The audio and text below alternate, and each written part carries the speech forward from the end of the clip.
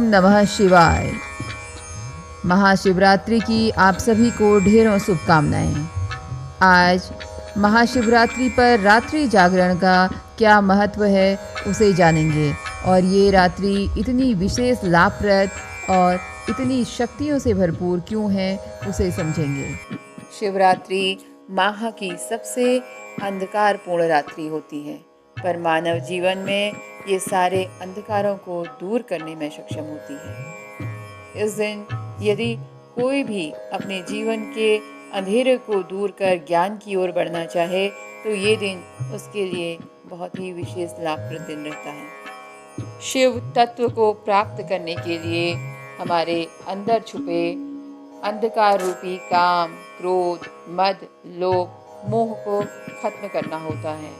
अंधविश्वास, पाखंड, बुराई और कुप्रवृत्तियों के प्रति सचेत रहना होता है। शिव औघड़ और दानी इसीलिए कहे जाते हैं कि उन्होंने स्व को त्याग कर पर को महत्व दिया है। उन्होंने किसी से कुछ लिया नहीं, केवल दिया है। अगर हमारे कर्मों में दान का भाव हो और हमारी उपासना शिव तत्व के लिए हो तो हम काल रात्रि से पार हो सकते हैं। जीवन को शिव तत्व से पूर्ण कर लेने के लिए हमें शिव का संकल्प लेना चाहिए। इस संकल्प को लेकर जब महारात्रि मनाएंगे तो कभी जीवन में हिंसा, प्रतिहिंसा, क्रोध, घृणा, स्वार्थ, विश्वासघात, कठोरता और दुर्मति जैसे भावों का समावेश नहीं होगा।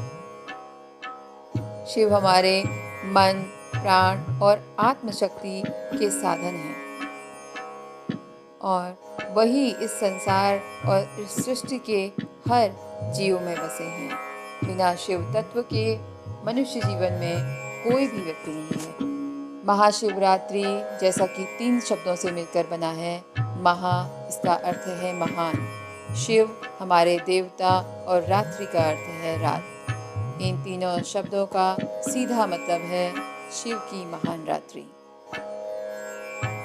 शिव पार्वती के अलावा एक मान्यता यह भी है कि महाशिवरात्रि को रात भगवान शिव ने तांडव नृत्य किया था। इस नृत्य को सृजन और विनाश की अभिव्यक्ति के रूप में देखा जाता है। धार्मिक मान्यताओं के अनुसार इस दिन रात भर जागकर जागरण, शिव और उनकी शक्ति माता पार्वती की आराधना करने से भक्तों पर शिव और माँ पार्वती की विशेष कृपा होती है और इस जागरण से मानव जीवन की सभी कष्टों और परेशानियों का अंत होता है। महाशिवरात्रि की रात को सोना नहीं चाहिए।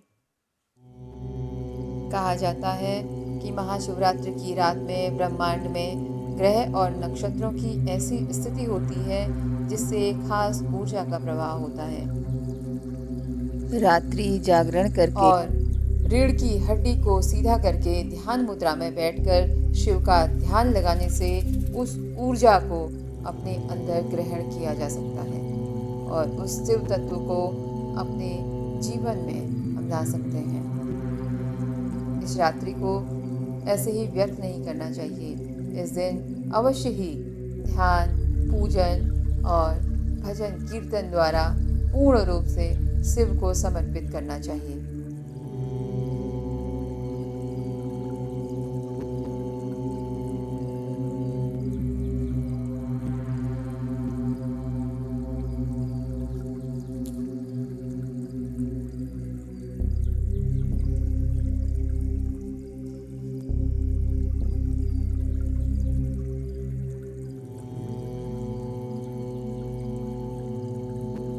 यह रात्रि अवसर और संभावनाओं की रात्रि है। जब हम हर मनुष्य के भीतर बसी असीम रिक्तता को अनुभव से जोड़ सकते हैं और जो सारे सृजन का स्रोत है उससे स्वयं को जोड़ सकते हैं। एक ओर शिव संहारक कहलाते हैं और दूसरी ओर सबसे अधिक करुणामयी भी हैं। वे बहुत ही उदार और दाता हैं। यौगिक गाथाओं में वे अनेक स्थानों पर महाकरुणामयी के रूप में सामने आते हैं। उनकी करुणा के रूप विलक्षण और अद्भुत रहे हैं। इस प्रकार महाशिवरात्रि पर जो भी अब खुद को ईश्वर पे समर्पित कर करके उनसे खुद को आत्मिक रूप से जोड़ ले, आध्यात्मिक रूप से पूर्ण समर्पण कर ले, वो व्यक्ति अपने जीवन के किसी भी भव को पार करने में संभव हो जाता है। उसके जीवन में कोई अधूरापन, कोई खालीपन रह ही नहीं जाता।